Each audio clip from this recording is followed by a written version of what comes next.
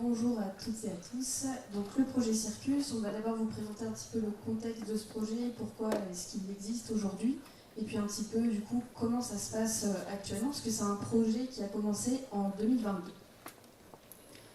Donc Circus est notamment centré sur le trouble du spectre de l'autisme, donc si je dis PSA, vous saurez pourquoi. Et comme on le dit, et notamment on l'a évoqué à la table ronde, on a tous bien vu que c'était effectivement une priorité de santé publique. Je ne sais pas si le chiffre est bon, mais ça touche environ une naissance sur 100, donc il y a un vrai besoin de diagnostic précoce dans l'autisme.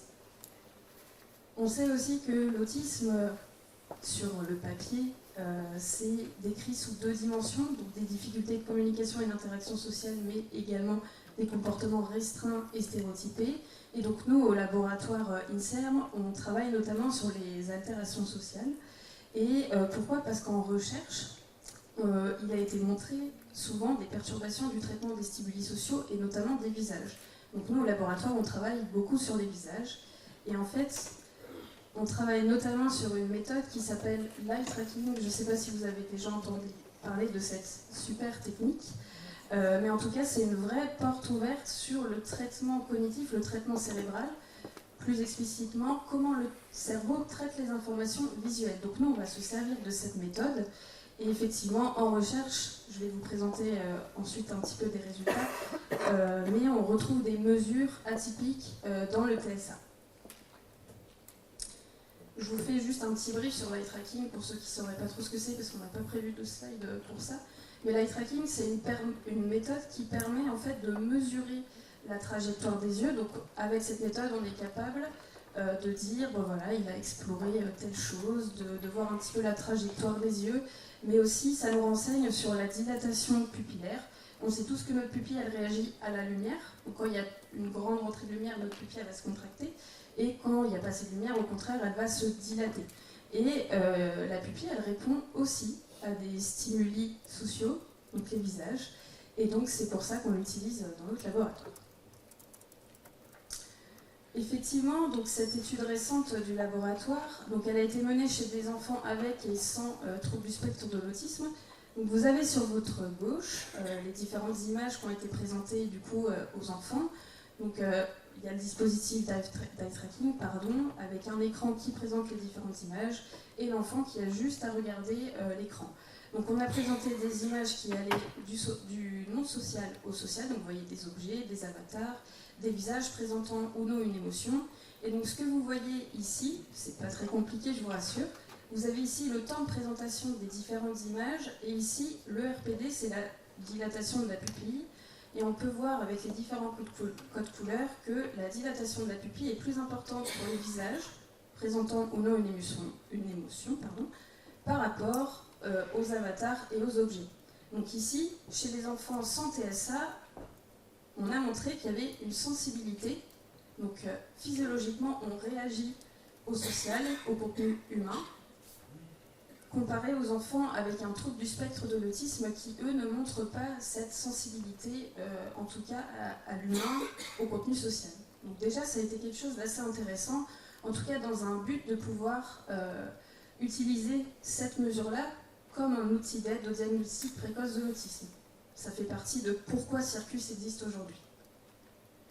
Dans cette même étude, on a aussi évalué en fait l'effet du mouvement, parce que effectivement, là c'est juste des images de visages qui sourient et qui sont tristes, mais ça ne reflète pas vraiment écologiquement une interaction sociale en vrai. Donc c'est pour ça que dans ce petit protocole visuel, on a présenté des images, mais également des vidéos de visages neutres, donc sans émotion, donc c'est juste des petits ajustements posturaux comme ça, mais également d'émotions qui passaient du neutre à l'émotion. Et ce qu'on a pu voir chez les enfants sans trouble du spectre de l'autisme, c'est que la pupille, elle était très réactive pour les émotions, notamment pour la tristesse, comparée à l'image. Donc là, on a également démontré qu'il y avait une sensibilité au mouvement qu'on ne retrouve pas, en fait, en tout cas dans notre échantillon, chez les enfants avec un TSA. Tout ça, ça a conduit au projet Circus, avec l'hypothèse que des données en eye tracking, donc de pupillométrie, ce que je viens de vous présenter, mais aussi d'oculométrie, le temps passé sur certaines zones du visage, la trajectoire effectuée par les différents enfants, elles peuvent être combinées pour produire un outil d'aide au dépistage qui permettrait du coup de distinguer des enfants avec TSA ou d'autres TND. Circus, il faut savoir que c'est un gros projet qui inclut l'alliance de 3 partenaires, dont l'INSERM, dont on fait partie aussi avec Nadia Eger-Mendes, qui est dans le public. L'INSERM est vraiment, disons, expert en eye tracking, c'est pour ça que fait partie de ce projet. Il y a aussi le LIFAT, donc c'est le laboratoire d'informatique de Tours, qui, eux, vont s'occuper de toute la partie machine learning. On s'est allié à eux pour leur expertise là-dedans, parce que le but, du coup, c'est de nous acquérir des données en eye tracking pour en faire un outil d'aide au dépistage, mais pour ça, on utilise des méthodes de machine learning pour pouvoir faire la prédiction.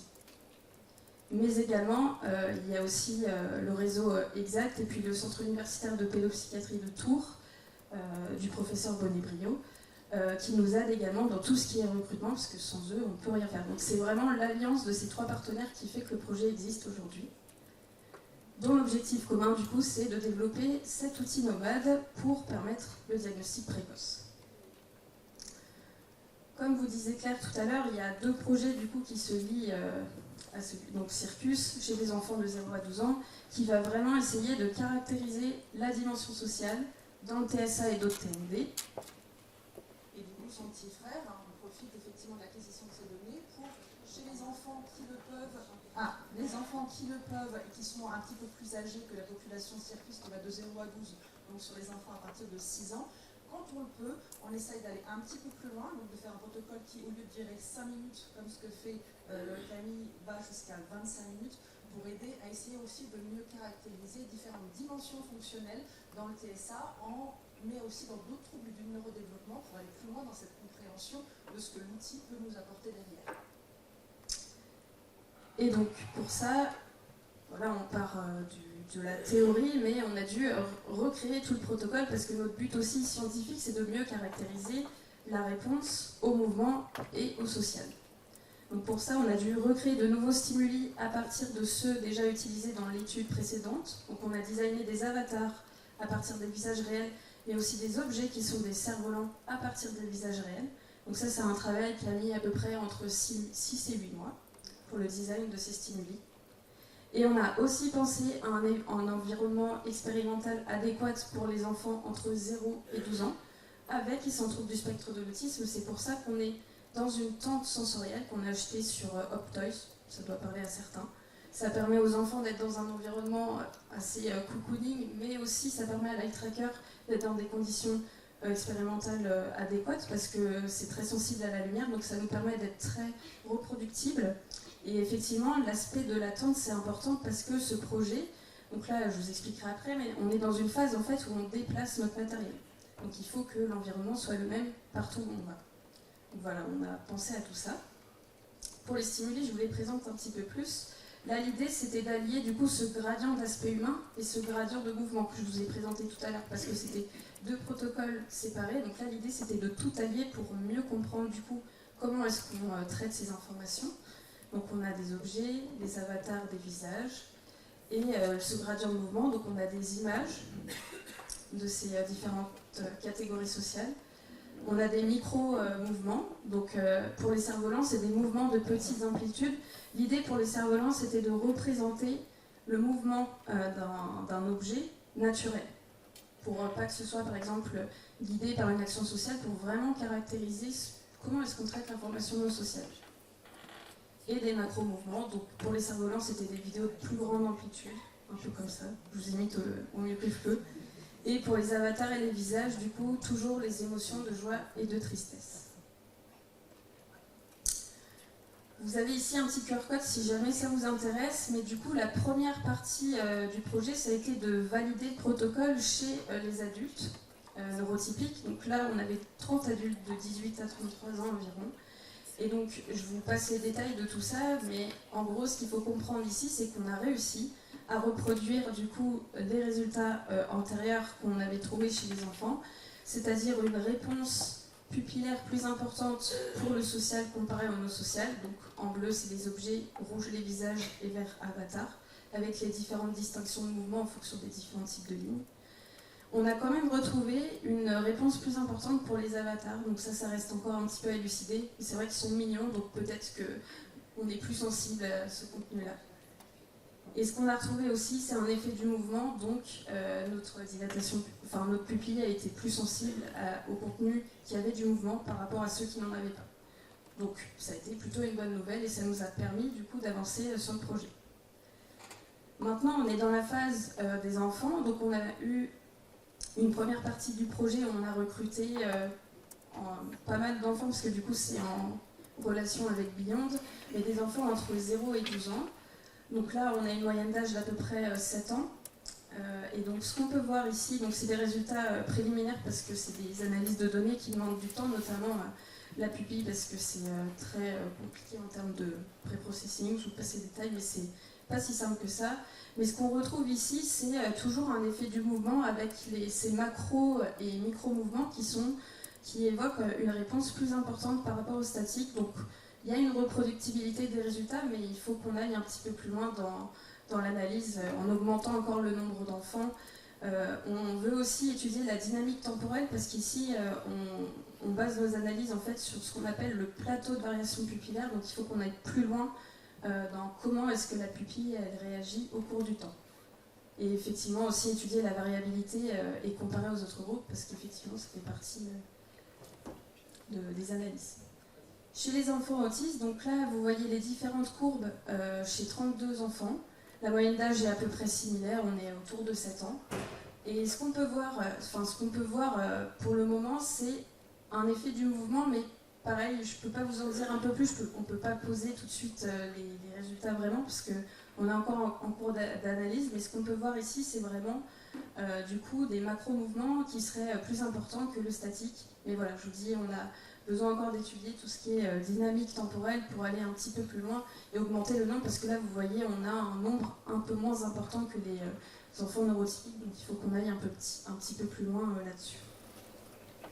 Voilà, et en parallèle, du coup, on a commencé à acquérir les mêmes données sur les enfants TDAH, où effectivement, on a aussi des effets du mouvement qui sont bien visibles, mais pour l'instant, pareil, on est quand même sur une population assez restreinte.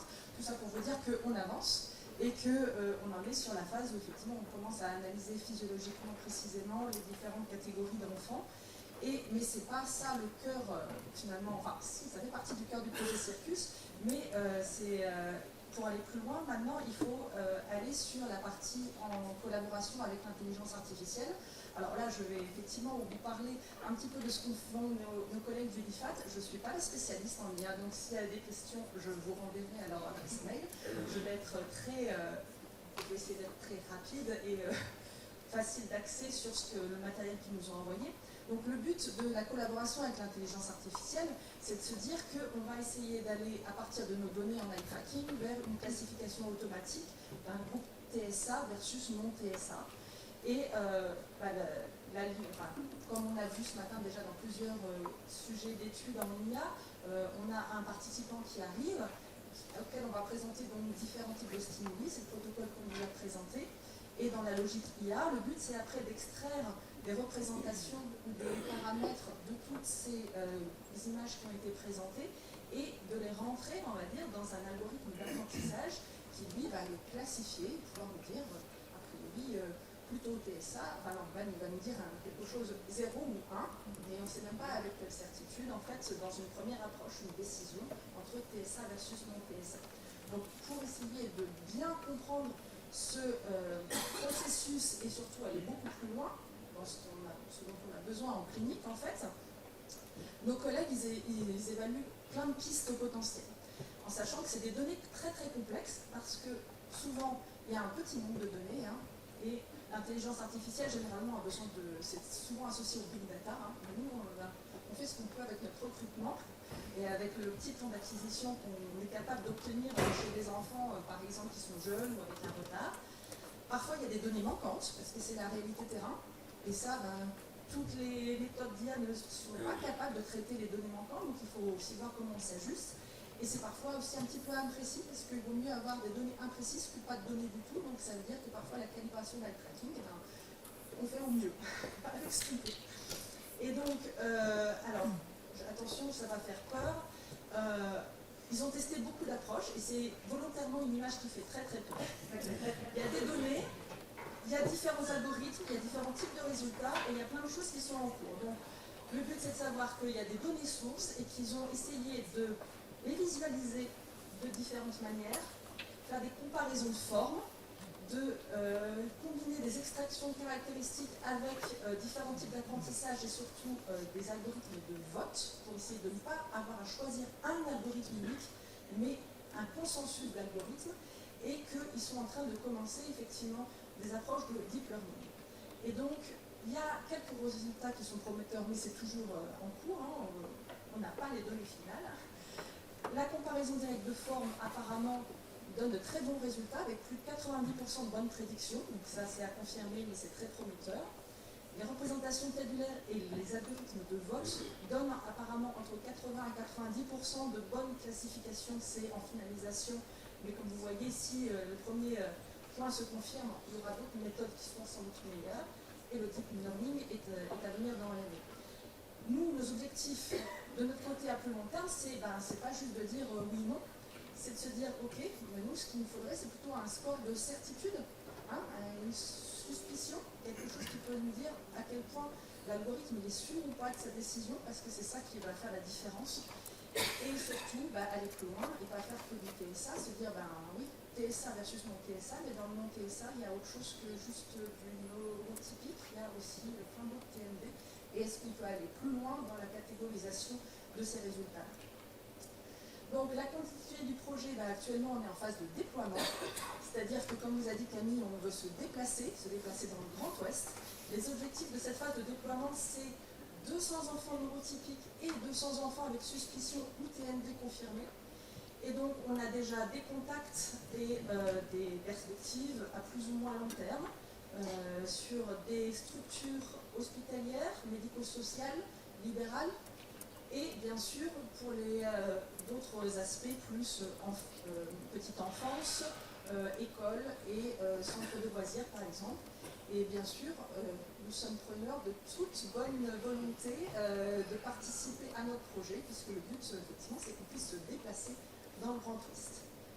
Et donc avec ceci, on va vous remercier de votre attention. Merci beaucoup.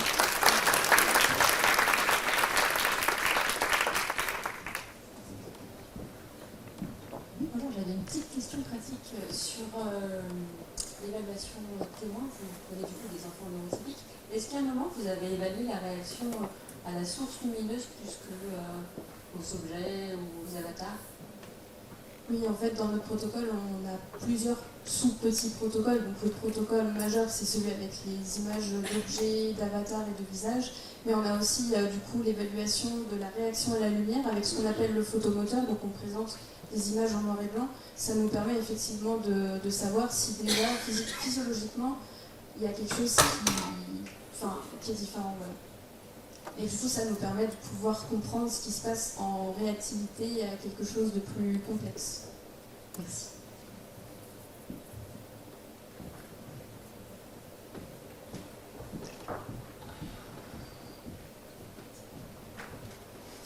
Alors, est-ce que l'intelligence artificielle envers les autismes et le trouble neurocomportemental, est-ce que l'intelligence artificielle envers l'autisme et les troubles du neurodéveloppement est-elle un bienfait ou un coup dur pour la société? Alors nous, on pense qu'il faut voir ça comme une aide, parce qu'effectivement, on est capable en recherche de recueillir énormément de données. Par exemple, l'eye tracking, c'est une méthode sur laquelle on peut extraire des centaines de paramètres par seconde. Et donc nous, on n'est pas capable de traiter toute cette masse d'informations, et c'est en ça qu'on pense que l'intelligence artificielle a beaucoup à apporter, notamment dans le champ de la médecine globalement, c'est que ça va nous permettre de traiter un grand nombre de données et de résumer cela en quelque chose d'interprétable. Voilà. Je ne sais pas si j'ai répondu, si j'ai bien compris votre question, mais nous on pense qu'effectivement c'est vraiment une aide à la recherche et à la compréhension des données. Non, en clair, il y a encore dans le domaine de l'informatique, il y a encore beaucoup de progrès à faire.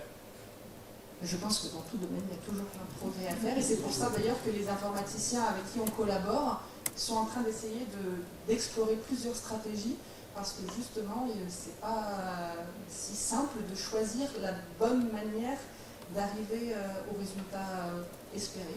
Donc je pense qu'effectivement, c'est pas figé. Merci pour votre présentation. Pour tenir le timing, on va passer